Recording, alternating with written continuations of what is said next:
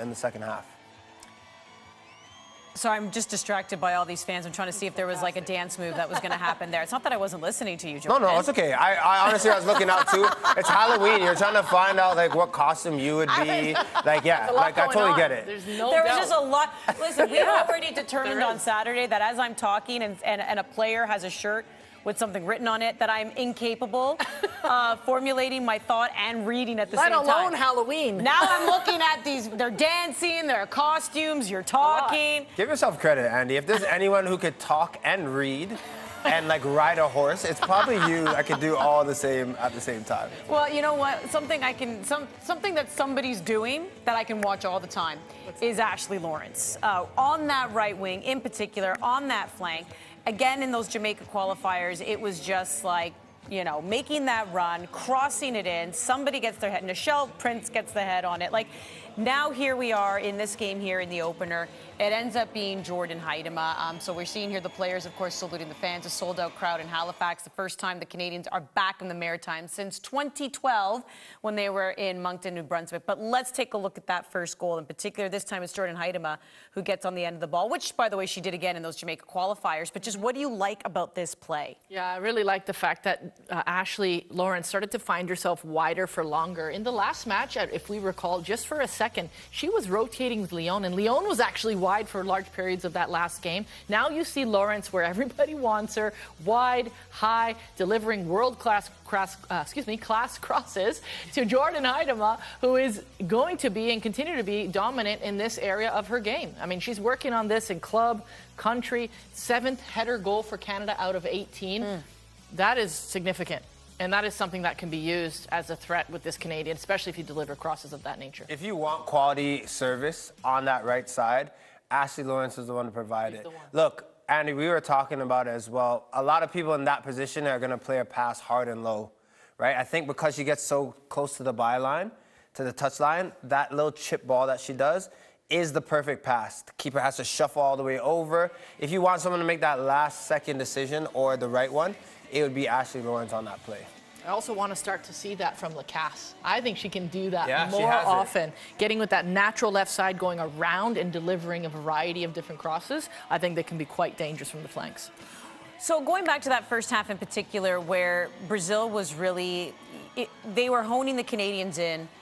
Did you see that more as the Canadians, and I know the word we would like to use a lot is brave, were the Canadians not being brave enough in pushing forward, passing back, not wanting to take them on 1v1, or do you think that was a tactical thing? What was happening there that Brazil was able to dominate that first half to the tune of 66% possession, but you really just played the majority of that game in the Canadians' defensive third? Yeah, I think there's something about the ability for the Brazilians to press in the front 5 and 6. They were almost cutting off the supply, and what Canada had to do was sort of go above and beyond and try to find Viens and try to find her, and then they weren't able to secure the ball in the pockets. So you saw the intervention from Bev. We actually quieted down to hear what she was saying. Yeah. It was about getting players into that huge space because Brazil was all front-footed.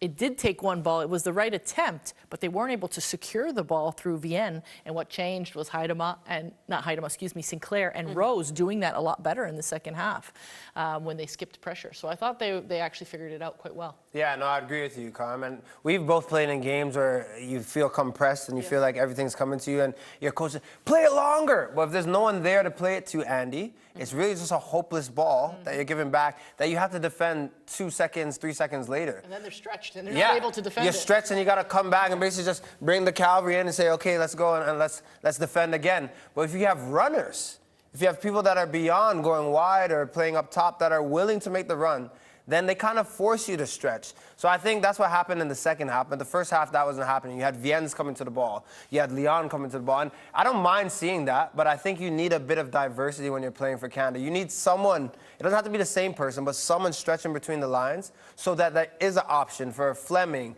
Quinn, whoever, to play that ball in, and then the team can move as a unit up. And Deanne provided that. She did. Let's take a look at that goal right now. This is Deanne Rose, who comes on into the game, gets the goal, the secure goal here to give Canada the 2-0 victory. What did you see play out? This comes right from the goalkeeper, D'Angelo. This is from game management. This is Sabrina taking her time, getting the team up in the closing minutes of this game. It was really smart. They could have played out, and that would have been the less desirable choice. But what happens is a 50-50 moment. Canada wins the first ball. Second ball, she's in on goal. This is the ideal moment in football. You're a breakaway with the keeper, and Deanne, finishes this like a vet. She hasn't been in form. She's been injured. So what a relief for her. She was definitely rewarded for almost a year out and hasn't scored since 2021. Yeah, that's got to be tough. The Achilles injuries are never easy to come back from. You could tell, you were there. She didn't really look fully fit at the World Cup. No, she didn't. And her impact on the team is on and off the pitch. So I understand the reason to bring her for culture and other reasons. But when she wasn't ready at that World Cup level, and she's starting to find that now with Leicester City. But also tonight will give her a boost. All right, so here's the thing. Even though the Brazilians, especially in that first half, dominated possession, if there's one thing you got to give the Canadians credit for is that even when Brazil did have a shot on net, it wasn't exactly the greatest. They minimized them to those really lethal shots. So the point that when you look at this all-state save of the match, it didn't really trouble Sabrina D'Angelo all that much. So this is the all-state save of the match. Brazil managing, though, some great passing here, getting it through. But again, it's not going to give the keeper much problem there, so she holds on. That's the all-state save of the match. We now take you to the full-time stats brought to you by Toyota. 2-0. The Canadians are victorious in this one after the Brazilians pulled off the 1-0 victory on Saturday. Canada closing that gap a little bit more when it comes to possession and definitely getting more shots on target tonight than they did on Saturday. One of the goal scorers, Jordan Huitema. She's with our Amy Walsh. Jordan, massive 2-0 victory, great turnaround.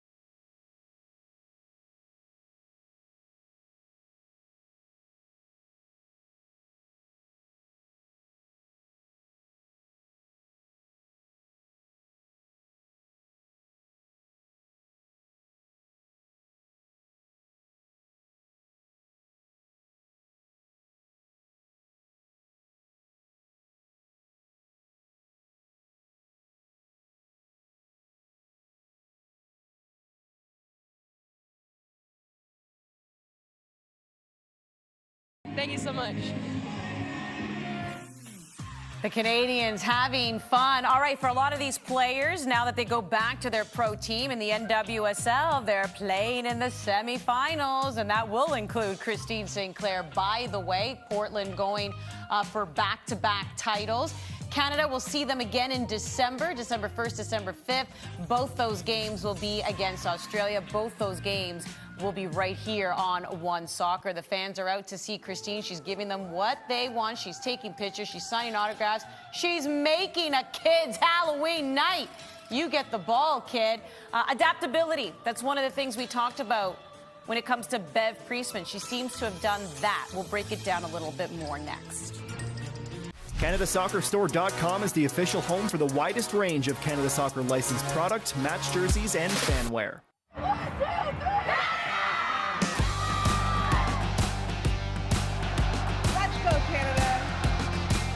Access Storage, proudly supporting Canada Soccer's women's national team on their road to Paris 2024. How do you go from the best to the ultimate without breaking the bank? You choose the big, bold, ultimate taste of ultimate chicken sausages and hot dogs. Choose ultimate taste and value, only from Maple Lodge Farms.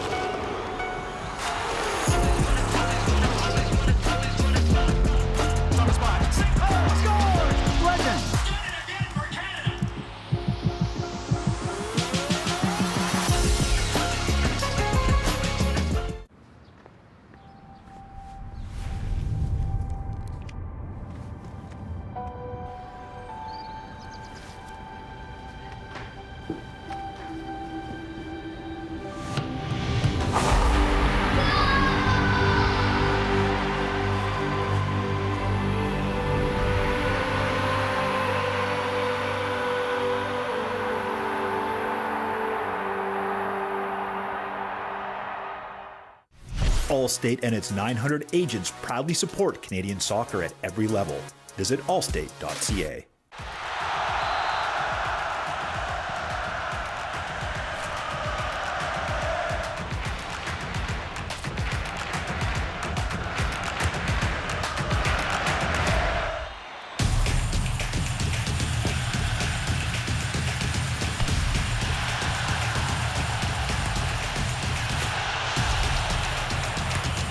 From the edge of your seat or up on your feet, let them hear you cheer.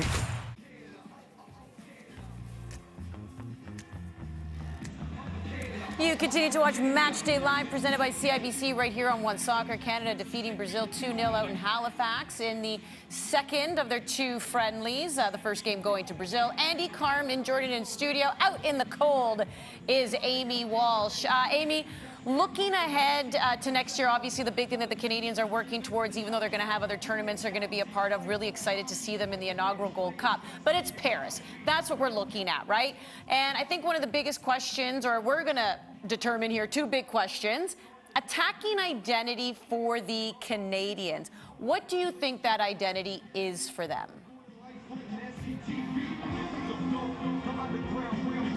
I think it is yet to be determined, but I think what we saw tonight was a good building block in terms of returning to that defensive cohesiveness and that airtight defensive unit all over the pitch. Carm was talking about it, how they just were connected a lot more, distances, team parts. Everybody was defending as a unit. And then once you can do that, you can stifle Brazil or your opponent's attacks. You're able to win the ball in a more opportune area and then get at an advantageous kind of position on the pitch. And we saw this team in the second half. I asked Jordan about it. Renewed vigor, renewed intent, renewed energy, and playing progressively and playing purposefully. And that all stemmed from their defensive mindset and that defensive mentality. And it started with Sabrina D'Angelo. I thought she had an impactful performance, and it bled throughout that back line. And Jessie Fleming coming on made a real difference in the middle of that park. And it wasn't necessarily that because she was better defensively than, say, a Quinn or a Reagan. It was just that Fleming was able to take advantage of those pockets of space that were there because they were so connected defensively, and they were able to find those outlet passes successfully, which is something they were not doing in the first half. You know, heading into the World Cup, I had a chance to interview Christine St. Clair, and we did a bit of a look back, and I just said, you know, how have things changed for you? And she goes, well, in the beginning, it was about just lob the ball, long ball, get it to me, and I would do my best to try and score, which is what she did. But she even acknowledged, she goes, well, you can't really do that anymore because the women's game obviously has evolved. It is way more tactical, the possession, the passing, and everything that comes with it. So even Christine admitted that in today, even I wouldn't be able to score the way I used to back then because of how things have changed. So how do you feel this team needs to adapt to get that attacking identity? Well, first, let's get the right 11, you know, at the time. I think that starts because that's all your tools, those are your threats, those are your strengths. You know, tonight you really well did a great job to sort of talk about the width and how they were able to expose that. That's where the 3-4-3 is coming in because it suits the players that they have if they're healthy. So I think when the time rolls around for the Olympics, who's healthy, who's performing, Can they score on set pieces? It has to come back, bread and butter. 33% of goals have to come back to set pieces. Let's get that right. And then I think there's something around, they can probably do it all, but mostly an around team. I don't see this team being somebody, or strategically, tactically, that overloads centrally. I don't see that right now. I see them understanding how to overload wide, load the box, and use their power and their strength and their timing. That's what I see. No, Karin brings up a lot of good points. I think when you're saying going around as well, I've always thought of Canada when you're seeing them play as a crossing team, right? And as I say, that's why I'm so adamant about having Ashley Lawrence on the right. I know she can use her left foot, but in terms of picking out crosses, you saw what happened with Jordan Heidemann with the first goal. But I think their attacking identity is a bit of both. Yeah, you want to play in the middle and get it out wide, but look at Deanne Rose's goal. Goes straight from Sabrina D'Angelo, a little flick on, in behind, recognizing who's there. I think if Canada can have a mix and a match approach going forward, I think that's a recipe for a team that could go far, because if you have to go from the back line into the midfield, and then you play in the midfield, you go out wide, and then you hope for a cross, and maybe there's some bodies in there, and that's your bread and butter, it's not good enough. You need what Carm said, set plays, make that 33%.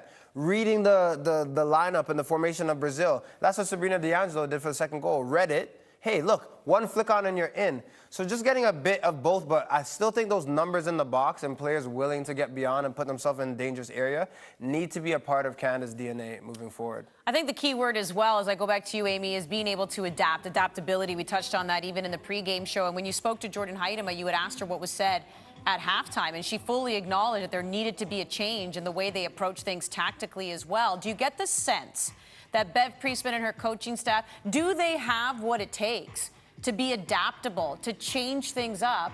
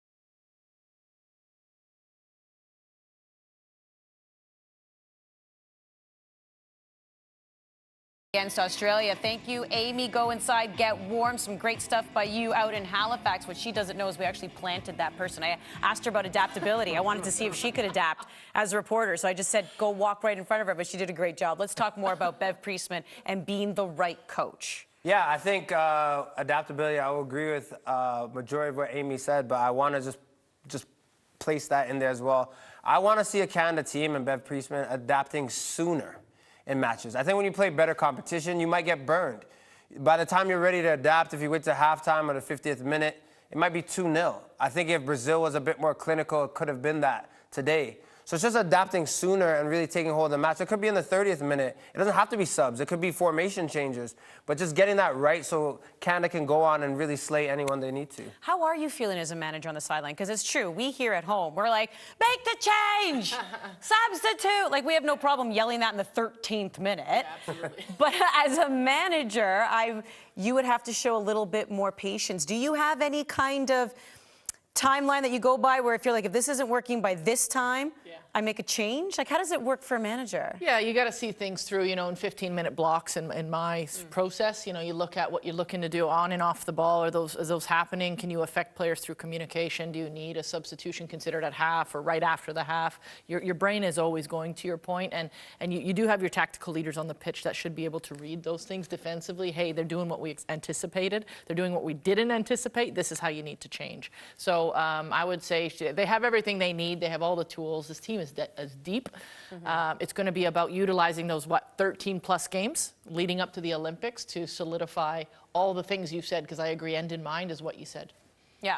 Well, this is what's exciting. The 2 games against Australia, just waiting for an announcement, but why wouldn't they be there? They've been there the last few years, the She Believes Cup. Then they're going to play in the Gold Cup, and then they're going to have the Paris Olympics. So there is a lot of games that they're going to play in between. As a manager, you're rubbing your hands together going, oh yeah, because this is where you can try and figure out, as you mentioned, Carp, get that starting 11 right. Well, it's been a blast spending Halloween with you. Canada, hope you enjoyed this one. A nice 2-0 victory for the Canadians over Brazil in Halifax. You showed up out there.